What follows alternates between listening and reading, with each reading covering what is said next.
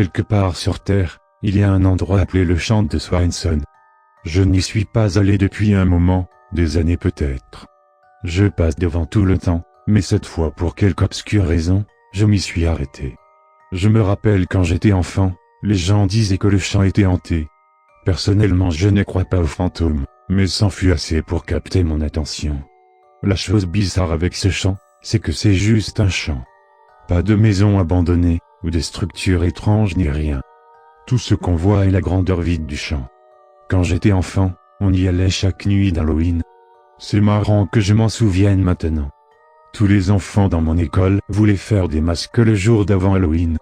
Nous appelions ce jour le jour du couvre-chef. Nous faisions des masques pour aller au champ de Swainson le jour suivant. Je faisais toujours en sorte que mon masque ait l'air cool. Les professeurs voulaient à chaque fois que nous posions un faux diamant sur le dessus, ce qui ruinait tout le style du masque. Nous n'allions jamais demander des bonbons, nous allions nous promener dans le champ de Swainson avec nos parents.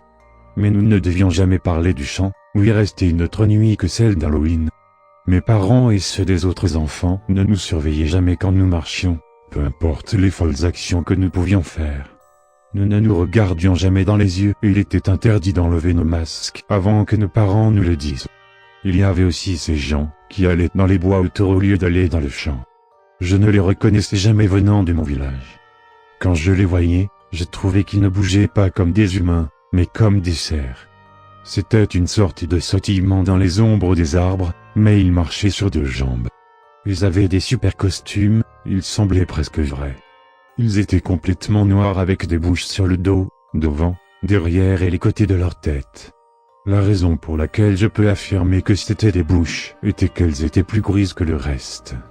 C'est drôle, je ne pouvais jamais me rappeler comment la nuit avait fini. Je me réveillais toujours dans mon lit, et mon seul souvenir était que j'enlevais mon masque ou que je quittais le champ. Mes parents avaient dû me porter dans mon lit alors que j'étais endormi. Ensuite, personne ne le rapportait plus.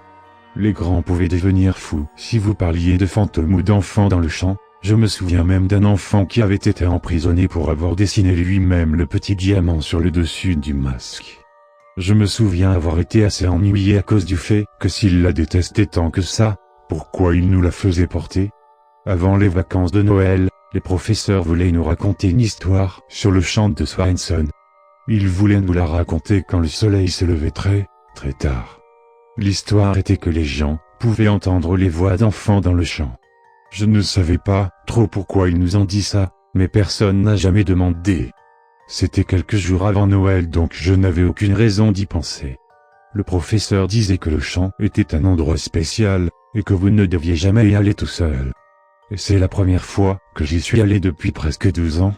C'est étrange, je veux dire, je n'entends rien. Et vous,